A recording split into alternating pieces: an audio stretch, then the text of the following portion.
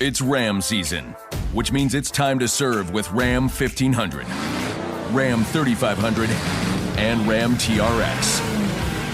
Hurry in now for great deals on the trucks that are built to serve. Right now during Ram season, get 10% below MSRP on the purchase of a 2023 Ram 1500 Laramie. Not compatible with lease offers or with any other consumer incentive offers.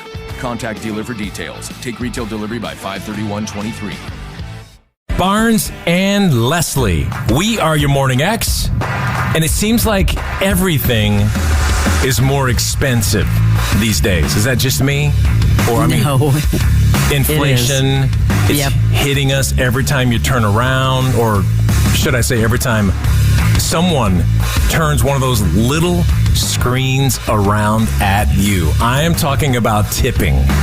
I think it's gotten out of control. What do you mean? Just because you have to tip everything and everyone? Well, it didn't used to be like that. Who was the person that made this a thing? I mean, from self-service food, fast food, restaurant kiosks, to like smartphone delivery apps.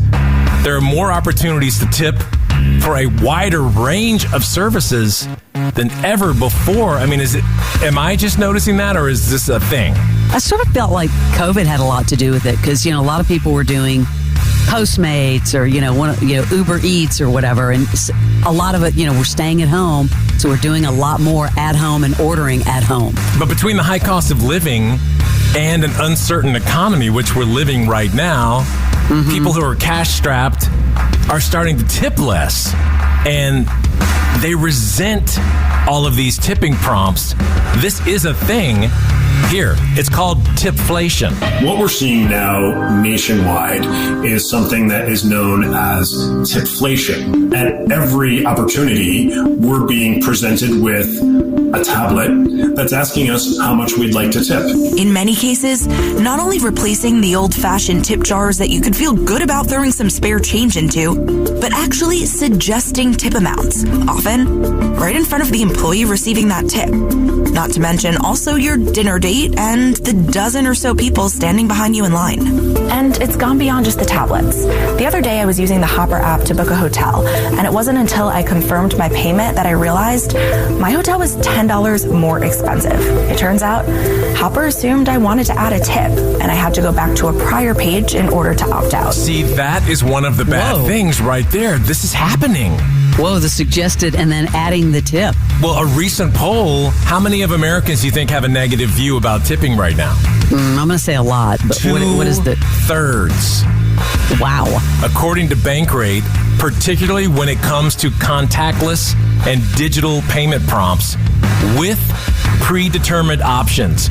I don't know about you, but when I go up and I get the thing turned around and it starts like at 20 or 25%, and can go up to 35% for a transaction, and the person is just standing right there looking at you?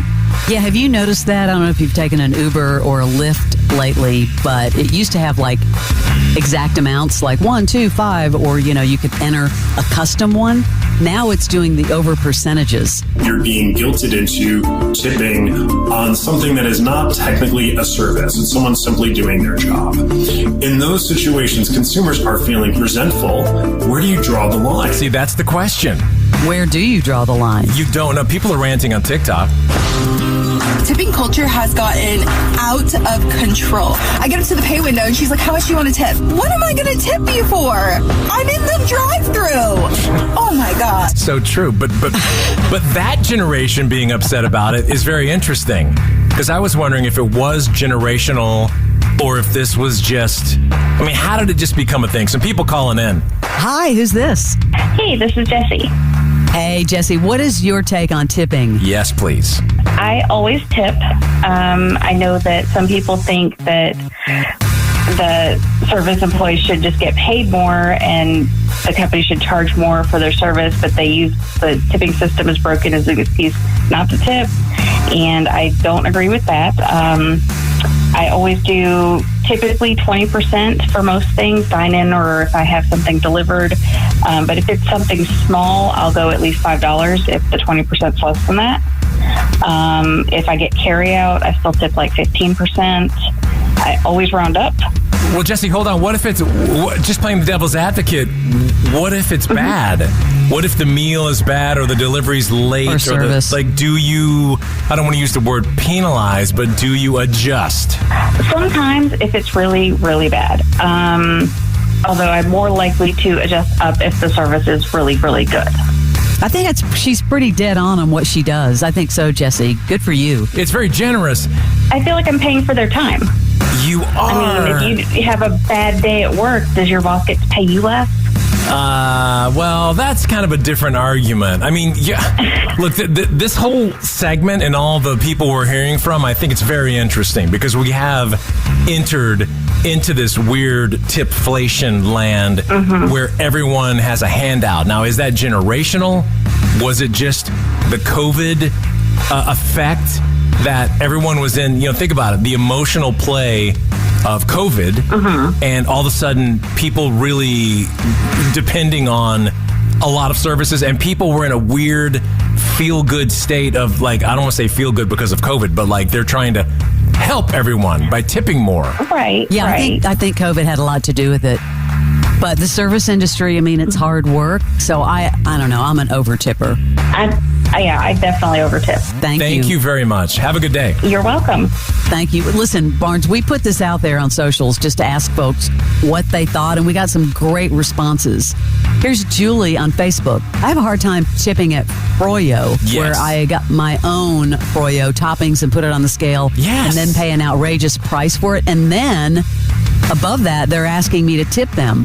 99% of the no one helps, and they are on their phone. But Fram, that is so key. When you go to Froyo, you go in and there's someone just standing there, and you pick up the cup, you get the stuff, you sprinkle your M&Ms on it, and then the pressure when you set it on the thing, and they're like looking at you like, I know you're going to tip me. What? Because I'm in the same space breathing air with you?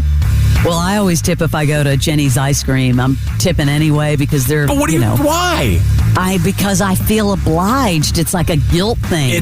There it is. It's a guilt thing. And I'm not saying you shouldn't tip. I'm saying you shouldn't tip for routine job functions like the one dude, that clip we just played. Yeah, well, someone's making minimum wage at an ice cream place. I'm going to tip them. They're working hard. Here's another one. This is Nicole on Facebook. Thanks for reaching out. Always tip minimum 20%, sometimes 25% if it's an option. And I love that Starbucks finally added a tip option to their credit card machines because I never have cash, but it's also stupid that tipping is even needed. Livable wages would be better. Okay, that's a tough argument because we can't control the wages. I mean, a store person could, but, this is not... I just think... I tip at Starbucks all the time. Well, you could argue that some of that's a skill, right? That some of those drinks that you're making is not super easy. You're not just hitting a lever. Like if they forced you to give, I wanted to get my Diet Coke and you had to do it, do I have to tip you now because you didn't give me the option just to fill it up myself?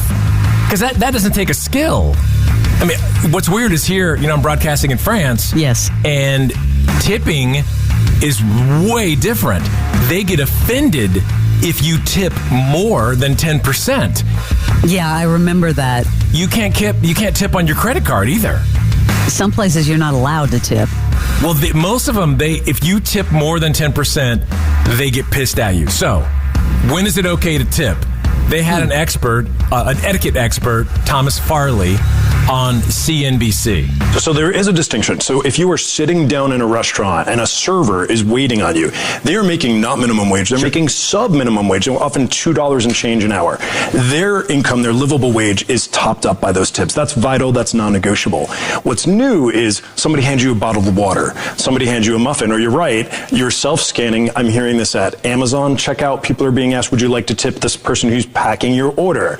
You go buy a sweatshirt at a rock concert. Somebody pulls a $90 sweatshirt off a rack and hands it to you. Would you like to tip this individual? So I think, first of all, can you afford it? These are inflationary times. We're all feeling the pinch. So can you afford it truly? Second, is this a place you go to a lot? Is this a coffee shop where you're going to spend 7 hours in your laptop?